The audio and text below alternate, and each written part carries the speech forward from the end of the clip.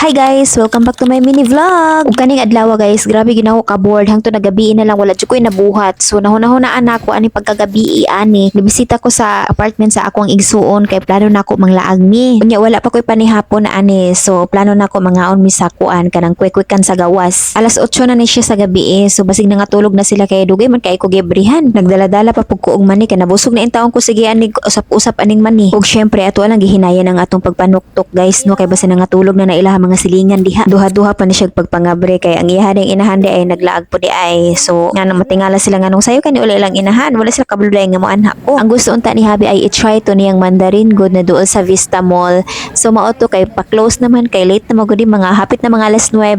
So ang among choice na amin diri sa Dirty Sanchez kay 10:30 man sila mag-close no. So timing ra ni wala kayo tao. Ug duol ra ni siya sa amo pero first time na mo diri Nakakaon na mi diri pero lahi pa to ang tag-iya, lahi pa to na siya na name. So kani mo na mong first time as Dirty Sanchez. Ug katong sa una di ay lahi pa tong tag-iya ani. Dili pa ni mga ingani iyang mga food, mga Pinoy pa to siya, mga pure Pinoy food. Lami man po siya kay nakakaon man gyud mi pero ang dili lang ganahan sa ako ang bana dito kay namang langaw nagkuan ba ang nagi as in nagi siya langaw. So na-discourage yung akong bana so wala na siya ni balik. So karon first time na mo diri as lahi na ang tag-iya, lahi na pud ang ilahang mga food. Pag human na mo og order so habang waiting mino na mi diri sa ilahang mga kuan duha ka buok nga dulaanan para ni sa mga bata or pwede siya pang dagko actually dagang ka mapilian diha and then ang pwede gamiton lang diri kay tong bag-o nga tag 10 pesos na coin. So nagpakambyo ko sa counter nya kay gamay naman lang dahil ilang kuan bali 40 lang ang available na bag-o na na pwede makambyuhan. So mo na gamay rin taon na duwa sa mga bata. First time pa pud nila nagdula diha, nag-explore pa na sila, pataka pa na sila tuplok diha. Unya nang gilalis pa na sila diha unsa kun dulaon nilang duha kay ang isa si Jennifer dito naghulog-hulog sa katong naay mga coins. Unya kay pilari umoy intawon sa 20 pesos nawa gyud ni irog tong katong mga coins kunuhay nga mahulog mo si pangalan ato. Adin diri na pud siya iyang gisamok-samok si Janice diri ayan hangtod sa nakadula na gid sila, nakapili na gid sila dula.